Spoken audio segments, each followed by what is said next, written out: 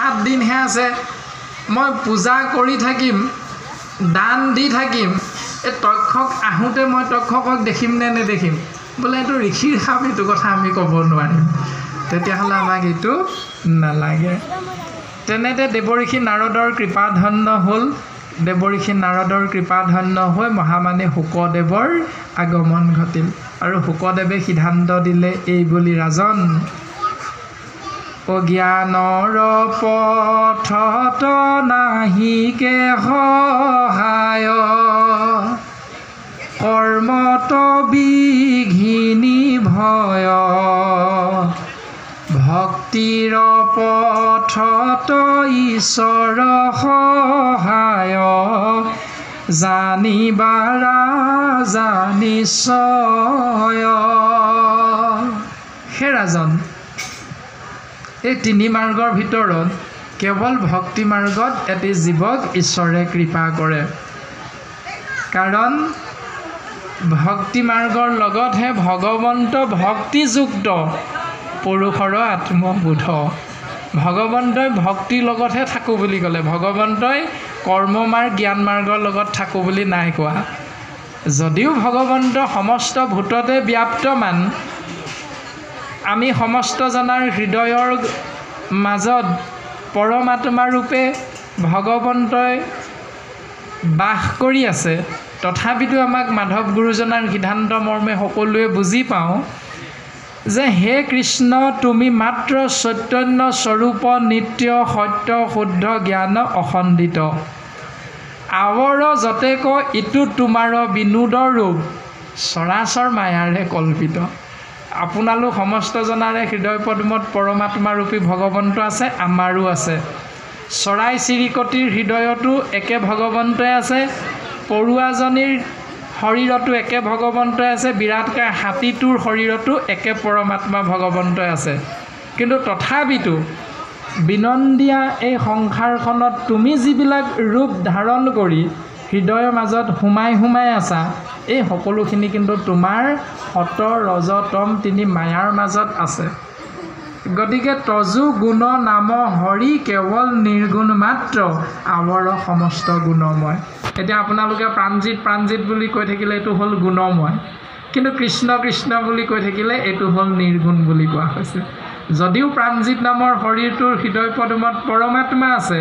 তথাপিতো আমি সমস্ত জনা এনেধৰণে ইজনে সিজনৰ নাম লোৱাৰ আগত বোলে কৃষ্ণ প্ৰাণজিত বাপ ভালে আছে এই যে কৃষ্ণ নামটো আমি ল'লোঁ তেতিয়া সি নিৰ্গুণলৈ ৰূপান্তৰিত হৈ যায় যদিহে তাক বোলে প্ৰাণজিত কেনেকুৱা ভালনে এই বুলি কৈ দিয়াৰ লগে লগে সি কিন্তু সগুণত থাকি যায় আমি এনে ধৰণে চিন্তা কৰিলে বাস্তৱসন্মত পৃথিৱীখনত কথাখিনি বুজিব পাৰোঁ যে আৱৰ সমস্ত গুণময় এতেক জানিয়া হৰি তোমাৰ নামক মাত্ৰ কৰিলোহু সাৰ কৃপাময় ই হ'ল নিৰ্গুণ ভক্তি এই নিৰ্গুণ ভক্তিৰ নাম আপুনি মই আশ্ৰয় কৰিবৰ বাবে পৰীক্ষিত ৰাজাৰ আগত মহামণি শুকগুৰুৱে সুন্দৰভাৱে অমৃতময় কৃষ্ণ নাম মহাভাগৱত কথা প্ৰকাশ কৰিলে আৰু তাকে আমি সমস্ত জনাই বুজিব পৰাকৈ সংক্ষেপে উদ্ধাৰ কৰিয়া তাৰ সাৰ শংকৰে ৰচিলা কৃষ্ণ চৰিত্ৰ পয়াৰ সংক্ষেপতে সকলোৱে বুজিব পৰাকৈ কৃপালু শ্ৰীমন্ত শংকৰদেৱ গুৰুজনাই তাৰ সাৰ তত্ত্ব আনি প্ৰচাৰ কৰি দিলে ও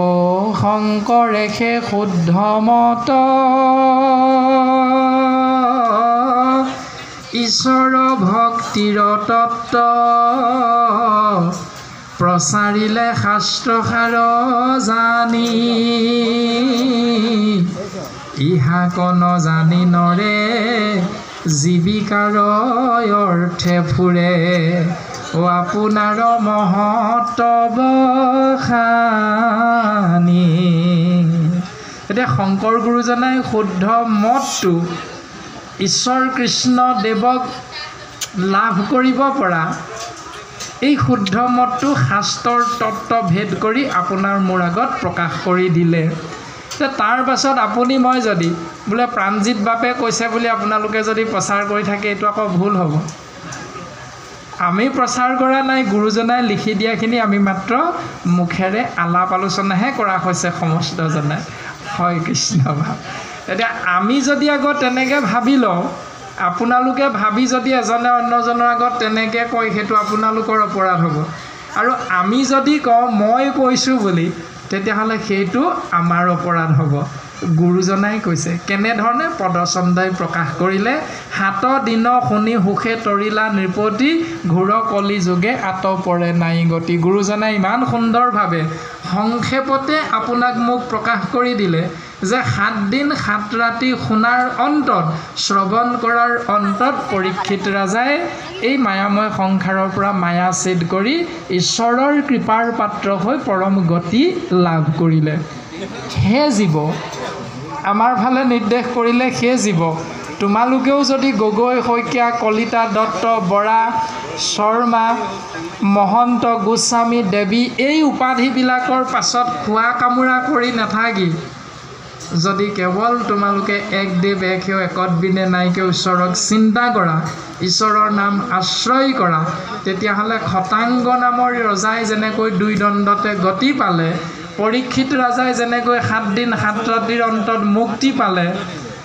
দস্যু ৰত্নাকৰে যেনেকৈ মৰা আম কৰি থকাৰ অন্তত ৰাম নাম উচ্চাৰণ হৈ বাল্মীকিলৈ উত্তৰণ ঘটিল, দাসীৰ পুত্ৰ 5 বছৰীয়া শিশু যেনেকৈ 4জন মহাকৃষ্ণ ভকতৰ সংগত অকণমান আলাপ আলোচনা কৰা কৃষ্ণ নাম শ্ৰৱণ মহাভক্তি লাভ কৰাৰ অন্তত ব্ৰহ্মাদেৱৰ মানস পুত্ৰৰূপে 2য় জন্ম পাৰিষদী তনু দেৱঋষি নাৰদ জন্ম লাভ কৰিলে, তদনুৰূপ তোমৰা হওক অৰ্থাৎ আমাৰা হওক মনুষ্যৰ প্ৰতিও কৃপালু গুৰুজনাই সিদ্ধান্ত দিলে যে তোমাৰা হবেও যদি এনেধৰণে কৃষ্ণ নাম আশ্ৰয় কৰা, ধুৰূপ জানিবা ঈশ্বৰৰ কৃপাৰ পাত্ৰ হৈ পৰম গতি লাভ কৰিব পাৰিবা।